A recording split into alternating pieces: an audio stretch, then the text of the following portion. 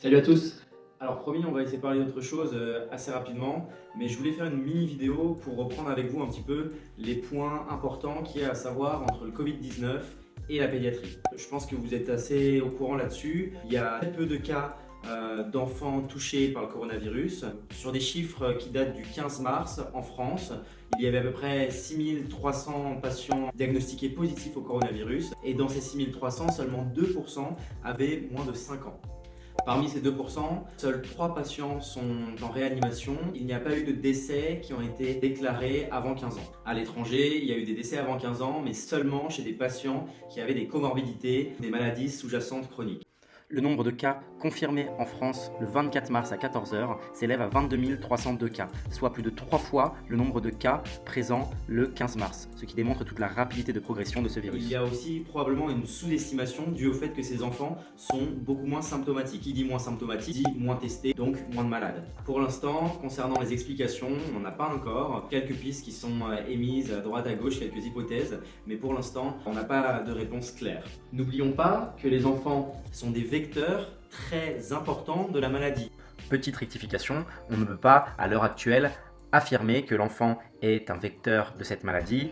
C'est l'extrapolation des anciennes infections type grippe ou VRS qui nous laisse à penser que l'enfant pourrait participer à la diffusion de ce virus devant le nombre de cas asymptomatiques et paucisymptomatiques. Donc un enfant qui ne tousse pas ne veut pas dire que c'est un enfant qui ne va pas transmettre le virus. C'est pour ça que le confinement, même des enfants, est obligatoire et primordial. Dans ce petit topo, je voulais reprendre avec vous et parler des femmes enceintes. J'imagine que vous connaissez tous quelqu'un, soit qui est enceinte, soit vous-même vous êtes enceinte. Si vous êtes un mec, c'est qu'il va falloir revoir le régime de confinement. Une femme enceinte doit continuer à avoir un suivi de sa grossesse habituel et entre autres continuer à aller voir sa sage-femme ou son gynécologue pour avoir des échographies trimestrielles. Ce que je vais vous expliquer, c'est des discussions qui ont été faites avec le GEPIP, la Société française de pédiatrie et la Société française de néonatologie. Tout d'abord, il faut savoir que la transmission du virus de manière verticale n'existe pas, en tout cas n'est pas décrite par transmission placentaire. Donc, des mamans qui sont enceintes et qui sont malades n'ont pas de raison de transmettre à leur enfant pendant la grossesse le Covid-19. Par ailleurs, une maman Covid-19 qui accouche d'un bébé aura bien sûr, à partir du moment de la naissance, des risques de lui transmettre le Covid-19 par contiguïté, par les gouttelettes.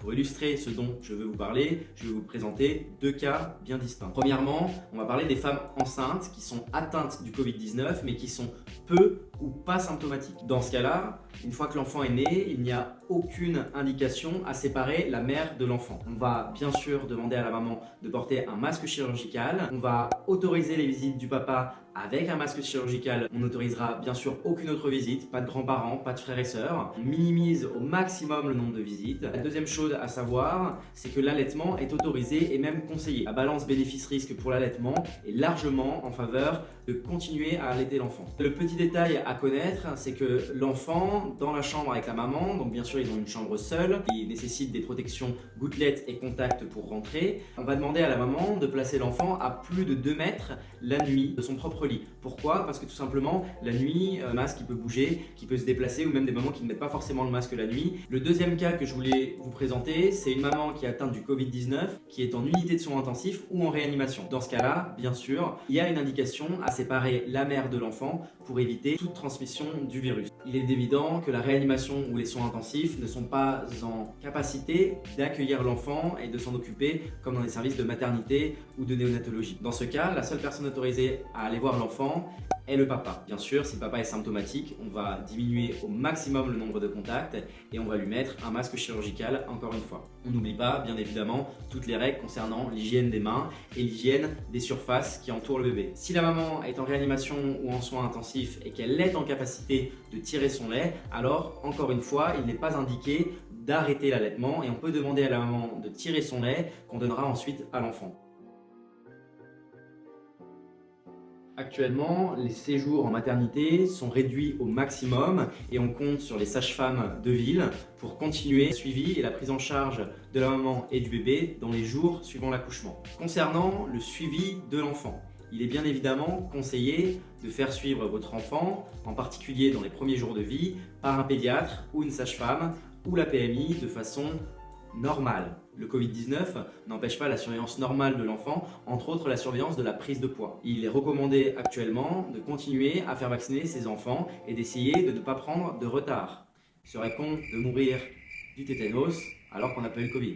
Attention, ne jamais mettre de masque sur le visage d'un bébé. Même s'il tousse, il ne faut pas mettre de masque sur son visage, ceci nous empêcherait de voir ses fonctions respiratoires et de le voir s'oxygéner de façon correcte. On se doit, en tant que pédiatre ou en tant que gynécologue, d'expliquer aux parents qui vont donner naissance à un enfant qu'il a été décrit des cas de Covid-19 néonataux, mais ces cas-là sont très rares. En conclusion, que retenir de ce message? Comme vous le saviez, les enfants sont très peu touchés par le Covid-19 et lorsqu'ils sont touchés, ils ne présentent pas de formes graves, en tout cas lorsqu'ils n'ont pas de pathologie chronique sous-jacente. Et une maman qui est Covid-19 va, si elle est peu ou pas symptomatique, conserver l'enfant avec elle et ne pas avoir à être séparée de l'enfant à la naissance. Le suivi de votre enfant est à garder, à conserver et les vaccins sont bien évidemment à réaliser sans prendre de retard.